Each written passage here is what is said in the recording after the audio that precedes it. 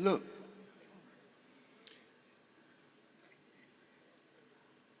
God, in his infinite wisdom, caused us to suffer for a moment in time to give us an infinity of time in a world that we with God would create, wherein no more hate would exist. No more murder, no more rape. None of us killing each other over color, over education, over substance that the white man hands out to the few that he hires and buys. You should be happy to see a world like this end. You should give God a hand clap of praise because he has come to end this, all of it.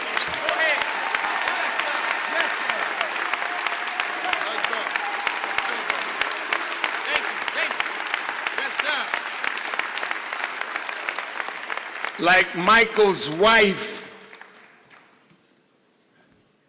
in The Godfather said, "Oh, Michael, you really are blind. It wasn't a miscarriage, Michael. It was an abortion, Michael, and it was a son, and I had it killed because all of this must end."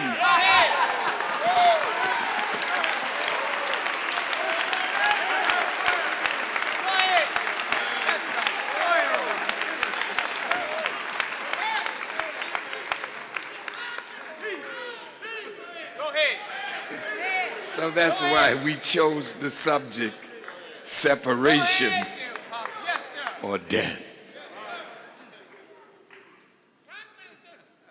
I greet all of you with the greeting words of peace. Assalamu alaikum.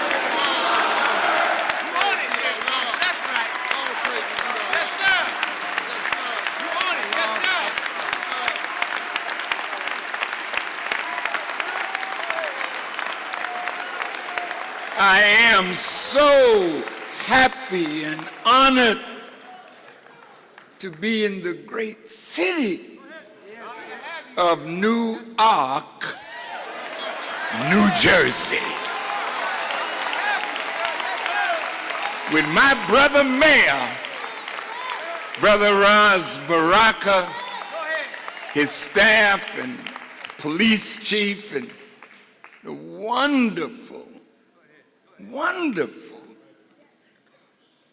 service and honor that he and his staff and police chief has shown us by their service to us.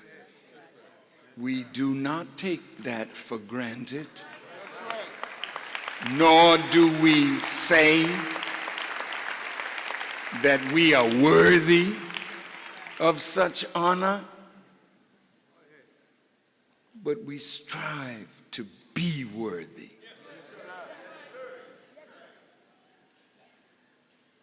Thank you, dear Mayor, and thank you to all of you who chose to come out today to this beautiful Symphony Hall. It has a very significant history. We understand that this hall was originally built by the Shriners in 1925, and it was called Salam Temple. Go ahead. Come on. Go ahead. Oh, it's going to be that today.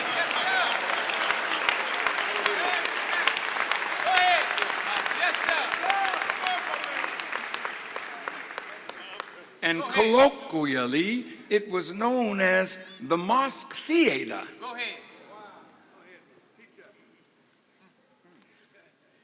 This great city was the headquarters of the great, honorable, noble Drew Ali. Yes, sir.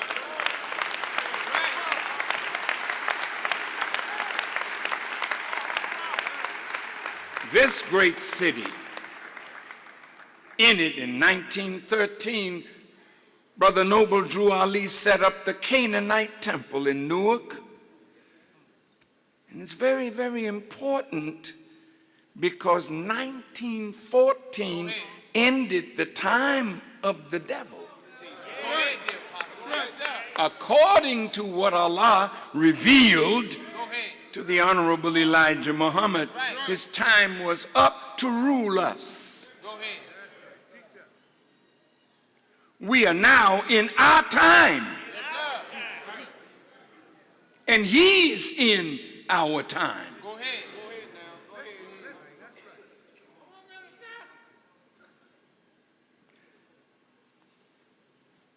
It's very important because Noble Drew Ali was the prime predecessor of Master Farrakhan Muhammad bringing Islam to the black man of America. Yes, sir.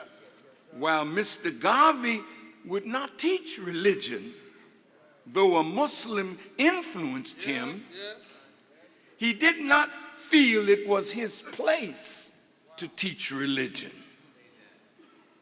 And Mr. Garvey struck more success with the common man by a more nationalistic Pan-African approach, which had something to do with access to land and freedom. But Noble Drew Ali had the same thought, but he came in a religious vein. And even though Noble Drew Ali had passed, and many of the former followers of Noble Drew Ali came to join the nation. We write a letter to get an X, but he never, ever touched the names that Noble Drew Ali gave to his followers. They already had a righteous name. They already were out from under the enemy.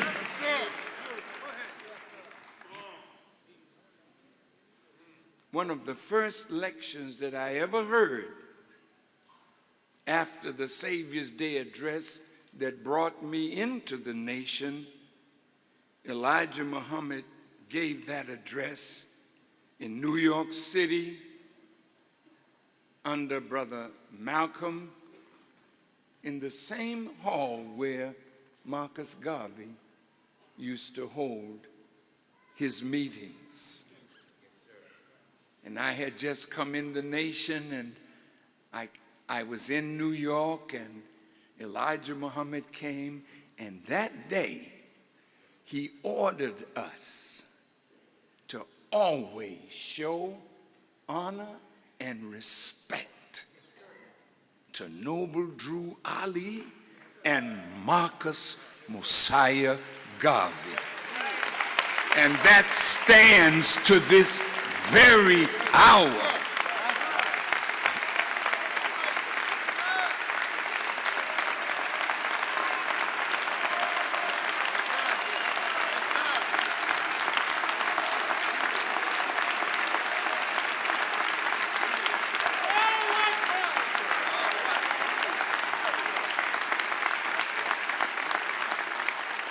In 1959, in a little theater called the Rico-Ray Theater, Elijah Muhammad came.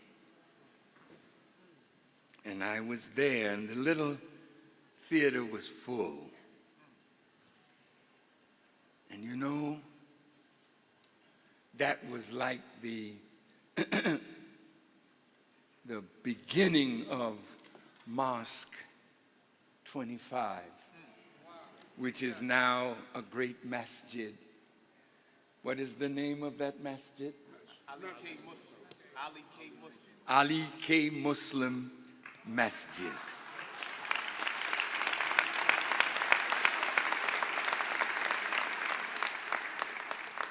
Now we chose a subject, separation or death. Go ahead. Go ahead. Recently, the FBI,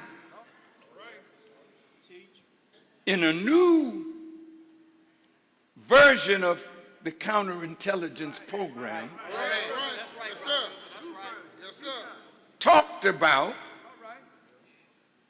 black identity extremists. Go ahead. That's right. And they've got the Moorish Science Temple and the followers of Noble Drew Ali, and they didn't mention us, but we know they're coming. So I thought, since they said that separation of black people from white people was one of the things that upset them. So I want to upset them a little more today. That's right. That's right. Yes, sir. That's right. Go ahead. Yes, sir.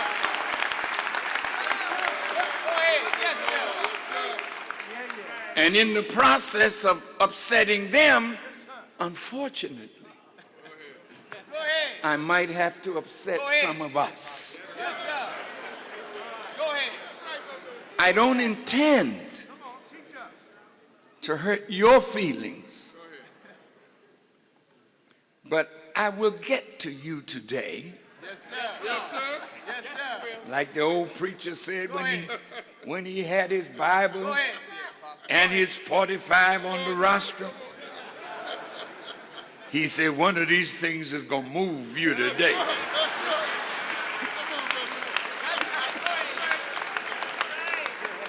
Yes, sir. Now, I'm asking you to reason with the Honorable Elijah Muhammad. And I want to correct my dear brother Nuri. Yes, brother, I'm not greater than those whose shoulders I stand on. If it were not for those great ones who stood, we could not stand today. So always, you know, keep it 100. Yes, sir. Yes, sir.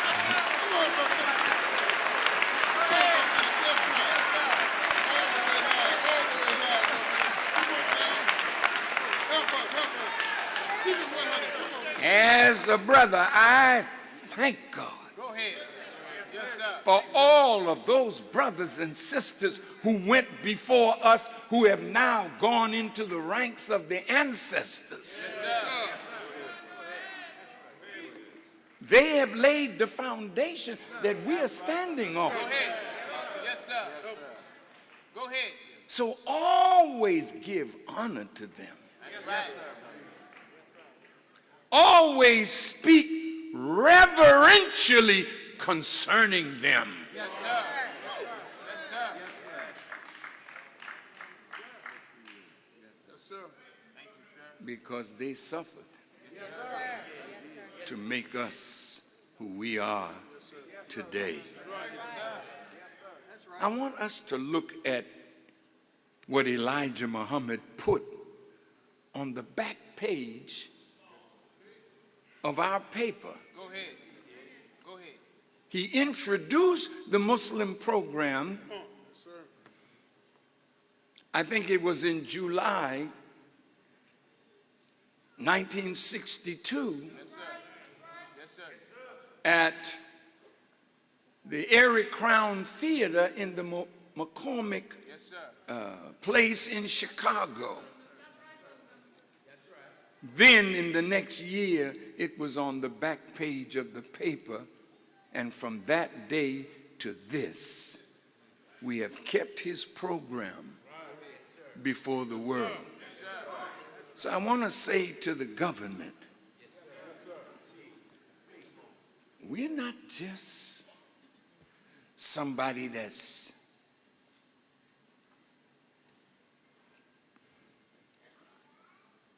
desirous of separating from you on our own. Think about this. The program of separation is given by God and backed by God as the only solution to the toxic relationship between black and white.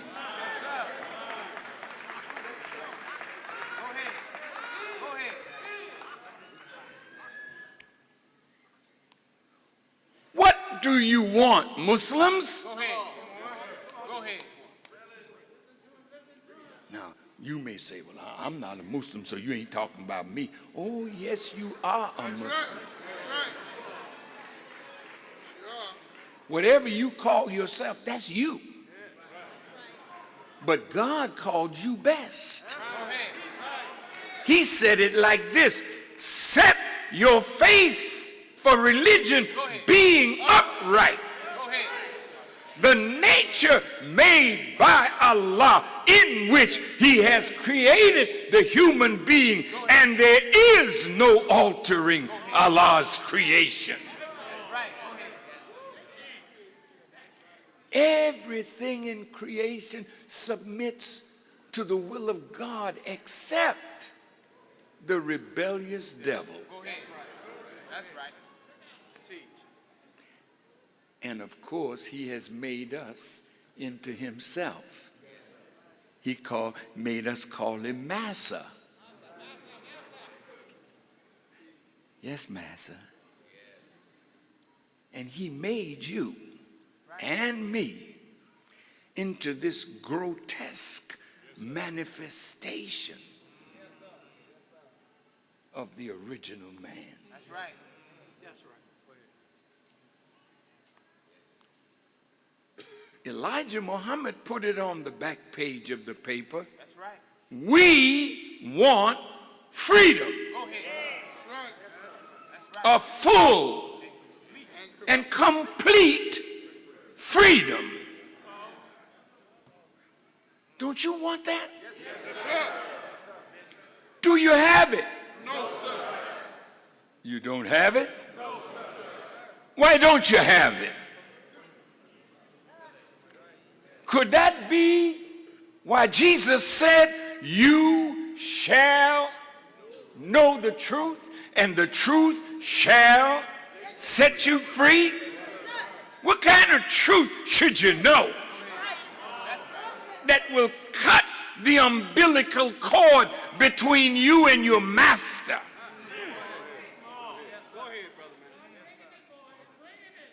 We want justice. Equal justice under the law. We want justice applied equally to all, regardless of creed or class or color. That's what we want. Isn't that what you want? Do you want to see any human being deprived of freedom or deprived of justice? Well, we're in the same pew, in the same church.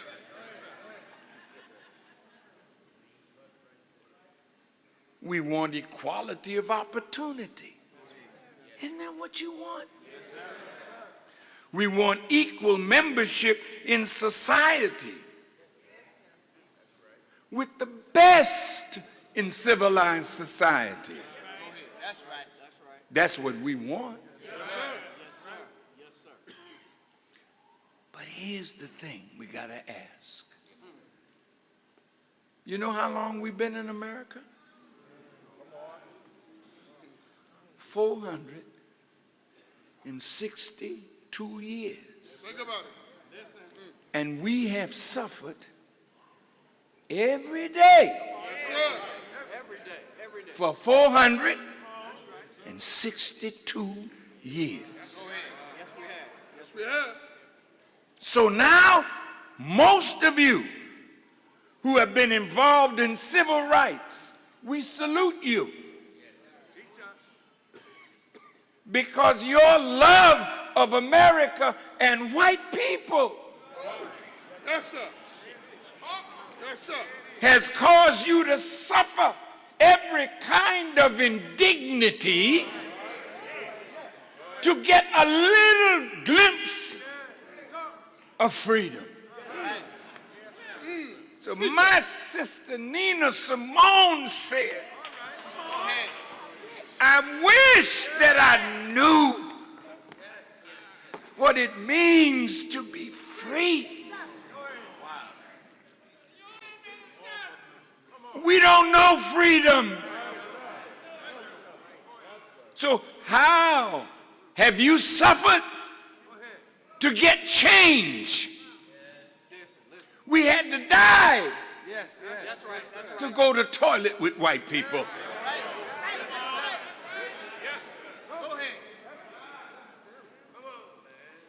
We had to die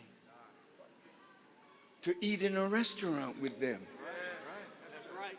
We had to die to be buried in the same cemetery with them. We moved into their neighborhood, and the minute they saw us, some of them burned crosses, some of them drove us out, or they left. They don't want to be with us.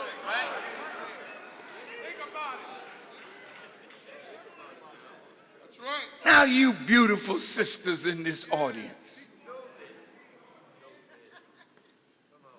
look how pretty you look when you want to, show yourself. What is it that when you come out and you're so beautiful and somebody ain't paying you no attention? To some of us, that's worse than a slap in the face.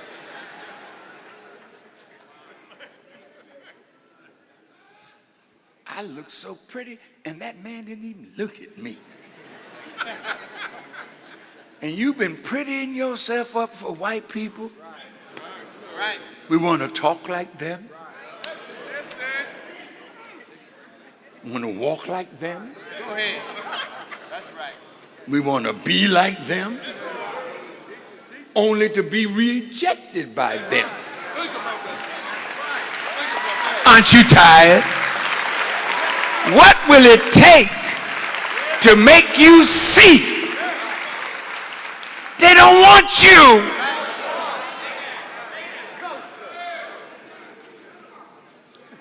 We can't get justice under this construct called the American way of life. We can't get full freedom. We can't get equality of opportunity.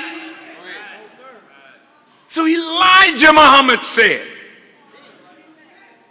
we want our people in America whose parents or grandparents were descendants from slaves to be allowed. Isn't that nice? Think about it. To be allowed to establish a separate state or territory of our own, either on this continent or elsewhere. Right. Well, wait. Sisters, have you had an abusive man in your life?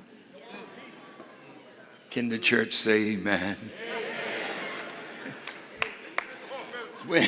When you have an abusive man in your life, and the more you try to show that man how much you care, how much you love, and then he keeps abusing you, what thoughts come to your mind?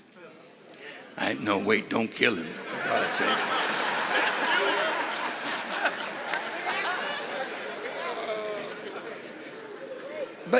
But don't you think about moving somewhere else, or doing something else, or being with somebody else? But not you. No matter what he does, we're like the dog, you know, that and the dog run and wag his tail and lift his leg and urinate on your leg, thinking it may be a fire hydrant.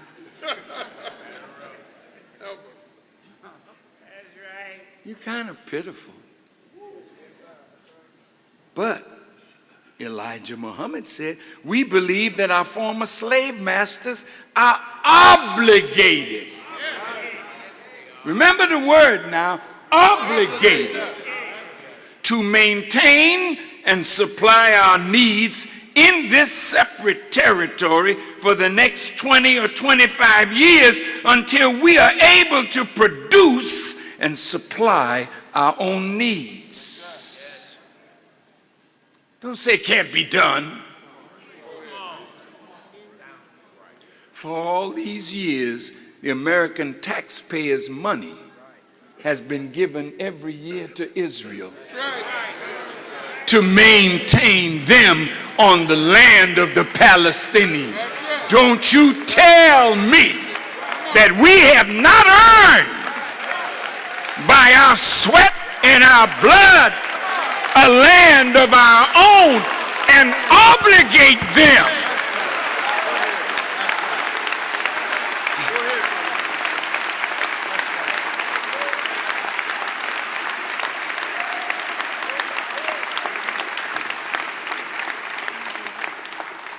Okay, since we can't get along with them in peace and equality, after giving them 400 years of our sweat and blood and receiving in return some of the worst treatment human beings have ever experienced, we believe our contributions to this land and the suffering forced upon us by white America justifies our demand for complete separation in a state or territory of our own. Go ahead. That's right. Yes, sir. Yes, sir. Yes, sir. Now, do you know white people of intelligence feel the same way? Think about it. Yes, sir. Somebody told me that the alt-right, Mr. Trump's people, had a tweet or something. We kind of like what Farrakhan and the Nation of Islam is saying. We're with them to separate in a land of their own. I said, very good, alt-right. Y'all want to talk about it? Talking has been done. Nothing to talk about. That's right. Because now it's either separation or death. I'll get to the death part in a minute. It's like the or else, you know, with justice. Yes, Some of y'all punked out on me. yes, sir. My leadership friends, you know. Yes, sir. I wonder what he means by or else. Come on, brother. You know, when you were growing up in mom and dad's house, there was always an or else. And they laid it down very clear. Don't do that again. Or else. And you tried them. and they burned that part of you that deserves burning. And you said, all right, Ma, all right, I won't do it again. You lying, but still.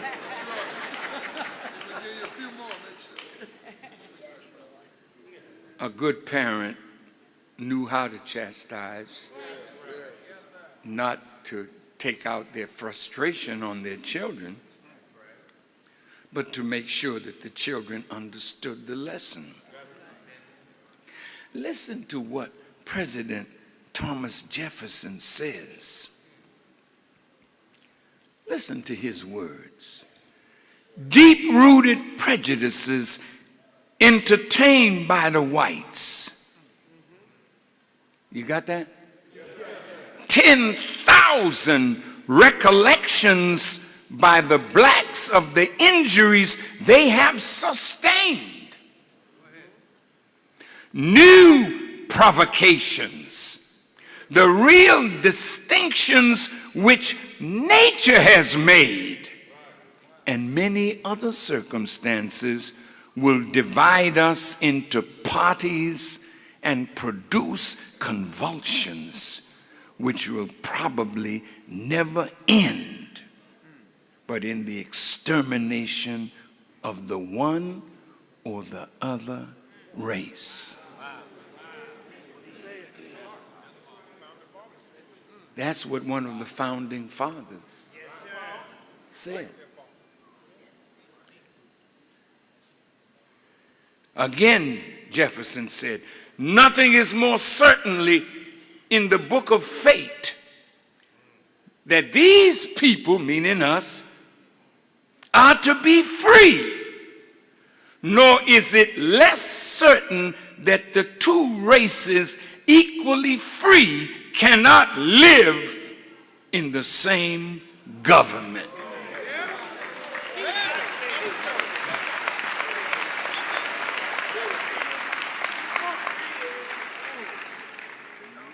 Jefferson went on.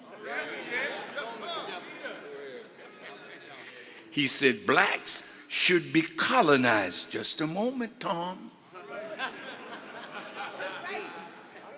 We're not going for that part. That's right. That's right. But I'm just telling you what he said. We should be colonized to such place as the circumstances of the time should render most properly, sending them out with arms.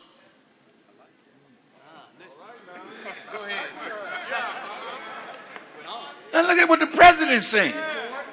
We can't let the Negroes go and not arm them.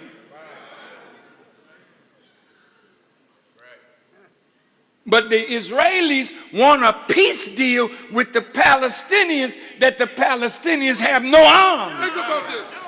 Think about this. But this is a reasonable white man who recognizes the evil that has been done, was being done, and continues to be done to us. Look on, listen to what he said.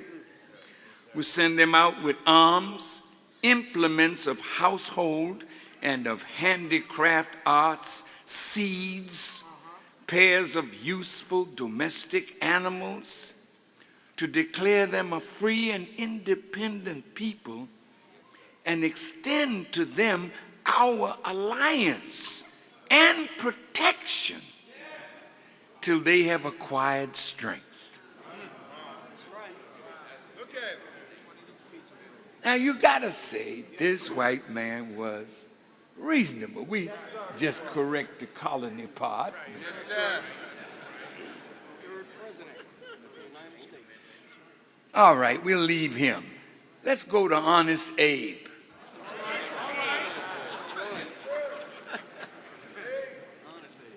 The 12th president. 16th president, thank you. Nearly a century after the founders put the slavery problem on him, Abraham Lincoln, the 16th president, called into his office a delegation of five Washington pastors who were former slaves. Now, pastors, beloved pastors, the white man never taught you theology that you would apply the principles of equal justice to him. He taught you to be more amenable to your condition of suffering and go out when the slave was going to revolt, go and quiet them down.